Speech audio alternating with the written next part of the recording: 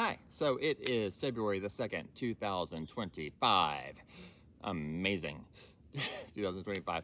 February 2nd has a few things going on it. On the secular calendar, it is Groundhog Day, which celebrates a really good movie starring Bill Murray. Then on the Catholic calendar, it is the Feast of the Purification, or Candlemas. And then on the pagan weekend wheel of the year, it is Imbolc, which celebrates midwinter. And so with Groundhog Day, of course, it's about this guy who lives the same day over and over again in Punxsutawney, Pennsylvania. And he's there, of course, or has to be there, for the Punxsutawney Phil ritual going on, which is just bizarre. You know, the whole idea that this rodent seeing its shadow is going to have any effect or is going to indicate that, you know, it comes out of its hole, turns its back to the sun, sees a dark spot in front of it, and that's going to indicate whether the rest, you know, we're going to technically have 6 more weeks of winter anyway, but this is going to indicate whether it's going to be a hard 6 more weeks or it's going to, you know, let up a bit, right? So the thing comes out of its hole, looks down, is like, yep, you're going to be cold for the next 6 weeks. I'm not. I'm going back in my hole. Yeah, it's bizarre. Right? I mean, I could look up where that whole thing comes from, but I don't want to. I just want to make fun of it. So it's just funny how that works. You know, the thing is like, hold up, it's like,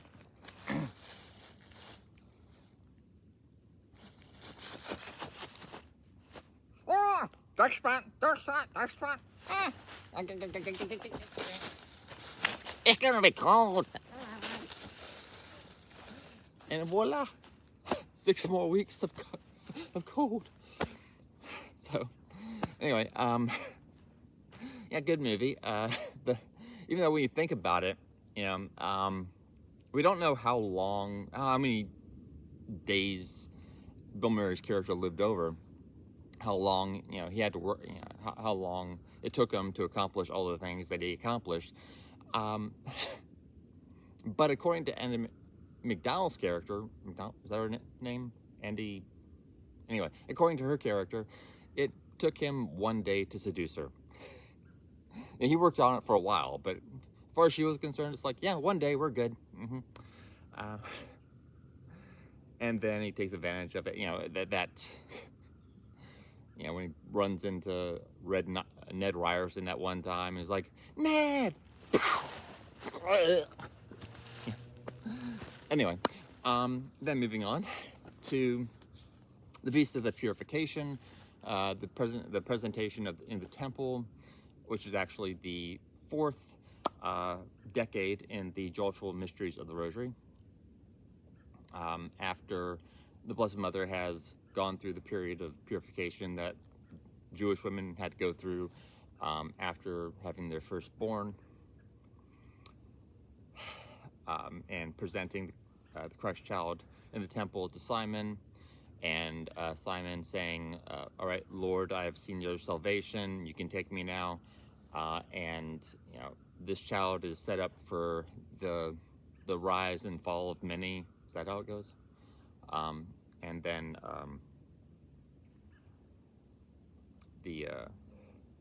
I should have looked this up. And then he says, your own heart a sword shall pierce. All that's going on, right? And then this is actually the official end of Christmas. You have the 12 days of Christmas that end on, was it January 5th or 6th, actually? I think it's, the last day is the 5th, and then you have the 6th, which is, anyway. So yeah, the 12 days that start on Christmas itself, and then you have this extended kind of Christmas tide that ends today. So there's that. And then with Imbolc, as I said, celebrating a midwinter. It's one of 8 what's sometimes called witches' Sabbats, which just recognize and celebrate the key turning points in the natural cycle of the earth. well, depending on where you live, if you have seasons, the 8 Sabbats are the 4 seasons, and then the midpoint between each season, or within each season. And the others are, let's see, I wrote these down. So Imbolc, February 2nd, and then Ostara, being the spring equinox, March 20th, 21st, 22nd. These things vary, year to year. Then midway through spring is Beltane on May the 1st. May Day. Time to watch The Wicker Man again.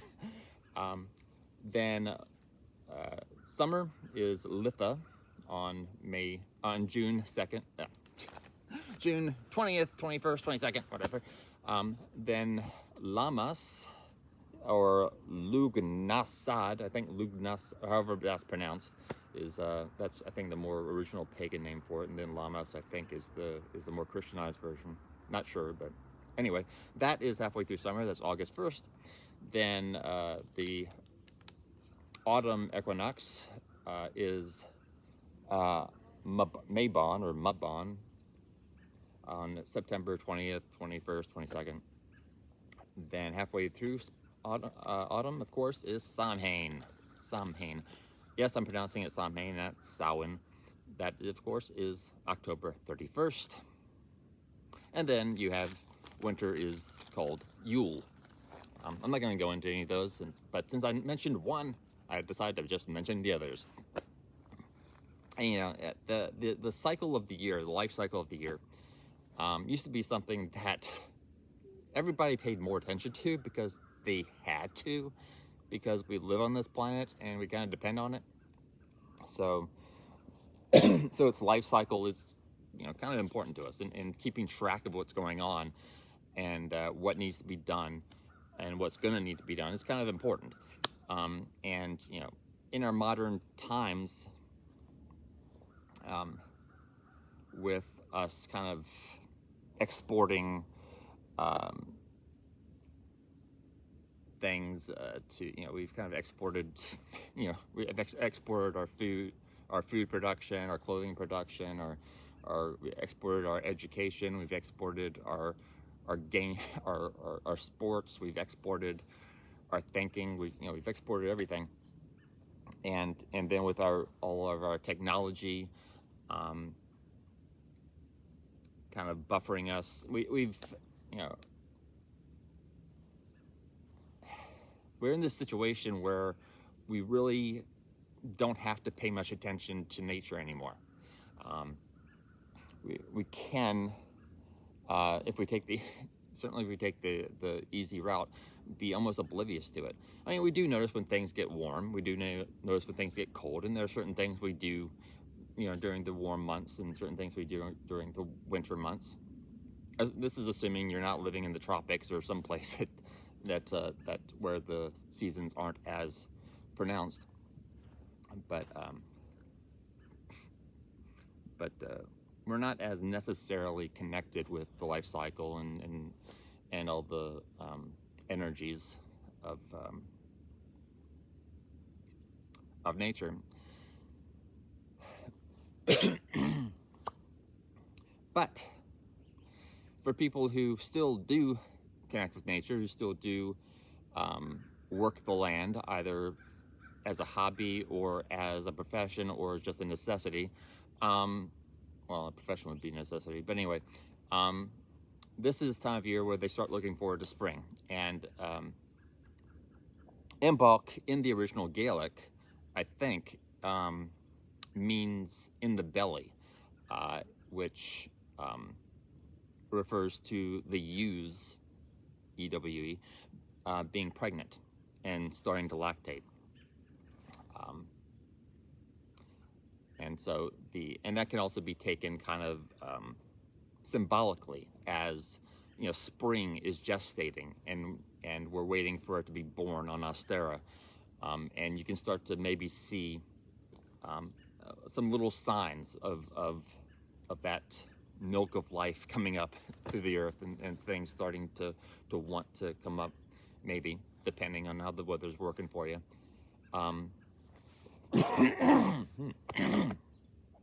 Excuse me.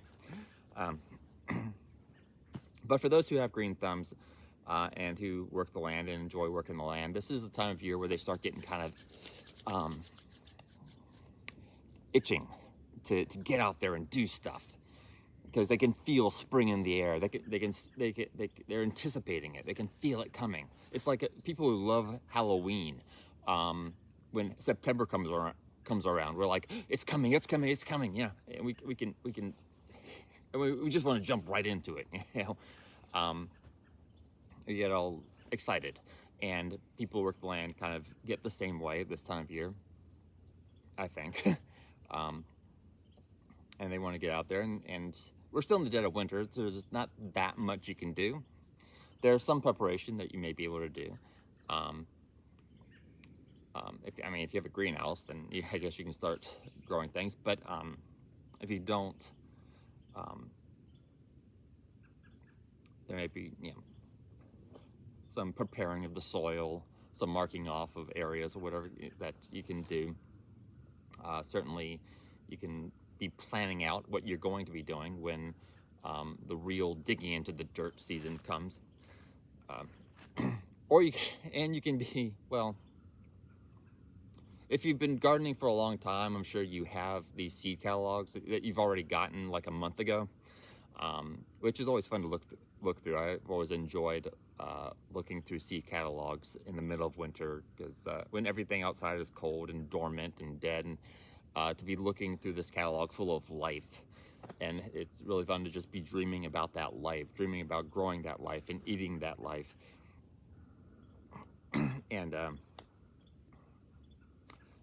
and some of it you're like, I think I'd like to grow this year. Yeah, I want to grow this year. I grow this year, and then there's other things where you're like, yeah, it'd be really, I'd like to have that. I'd like to have that, but I can't. Because it's not suitable for the area I live in. It wouldn't work very well, or I don't have room for it, or I wouldn't be able to properly take care of it. For whatever reason, there are certain things that just aren't really an option to order. But you can dream. As Blondie would say, dreaming is free. But those catalogs are fun. Of course, they become a little bit less and less if you're starting to reuse your seeds and just use the seeds that you used before. Doing your own kind of cultivars, then the catalogs are going to be probably less and less used. But anyway, even with the sweet potatoes, it takes a couple months to get those things ready to actually plant, to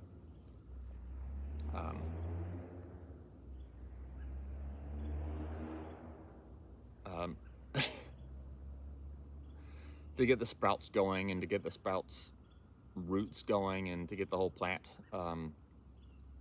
grown, or to kind of get it to house plant size, and to the point where it's ready to go in the soil. You can do it. You don't have to go with all of that necessarily, but the usual thing that I have been doing, though I have planted them much smaller than that. But if you're going to do that, it takes a couple months, so you have to start a couple months before you're going to plant them. But sweet potatoes love warm weather, so I'm still not going to start that until like the end of this month or the beginning of March, I think. Probably like midway through March, because I plan mid-May. Yeah, so I still got over a month to go before I even start that. But still, you get this time of year, and you start thinking ahead, and sometimes you just want to jump the gun, and I've done that before. I have started growing things too early. My mom has done the same thing. So you have to kind of do things that are proper, and then if you're of a more pagan or mind, there are rituals in that area of celebrating this time of year. There's Imbolc is associated with Bridget, I think it is, either the goddess Bridget or Saint Bridget. There's both, and the the stories, the legends, both of them are pretty cool if you want to look that up. Of course, this is the dead of winter still, and I think Bridget has been invoked to help people to get through the rest of winter. There's a not a spring cleaning necessarily, but but kind of a something like that, preparing for spring, getting rid of some things, and well, lighting candles, you know, is part of it as well. If you want to look that up, I haven't researched it enough to remember any of it. So anyway, I just wanted to talk about some of the stuff that's associated with this time of year. And this video is already too long. So anyway, thanks for listening. Bye.